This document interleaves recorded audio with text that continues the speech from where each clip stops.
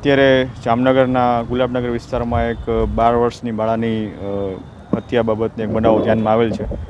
બનાવની વિગત એવી છે કે એમની વિસ્તારમાં જ રહેતા એક લાલજીભાઈ પંડ્યા કરીને એક વ્યક્તિ છે, જેમના ઘરે એ બેન ટિફિન દેવા ગયા, બાળકી ટિફિન દેવા ગઈ હતી. ત્યારબાદ તેની બેનને જાણ થઈ કે એમની બેનની નાની બેનની આવી રીતના હત્યા કરવામાં આવી છે. ત્યારબાદ તેના મધર અને બેન દ્વારા એ બાળકીને હોસ્પિટલ લાવવામાં આવી અને ત્યારબાદ અહીંયા હોસ્પિટલના હાજર સ્ટાફ દ્વારા એવું જણાવવામાં આવ્યું કે બાળકીની મૃત્યુ થઈ ચૂક્યું છે.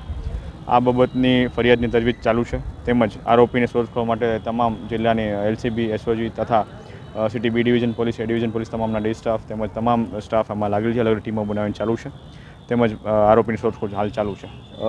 બનાવ પાછળનું પ્રાથમિક કારણ હાલ સુધી જે ધ્યાનમાં આવેલું નથી, જે આરોપીની તજવીજ બાદ ધ્યાનમાં આવશે.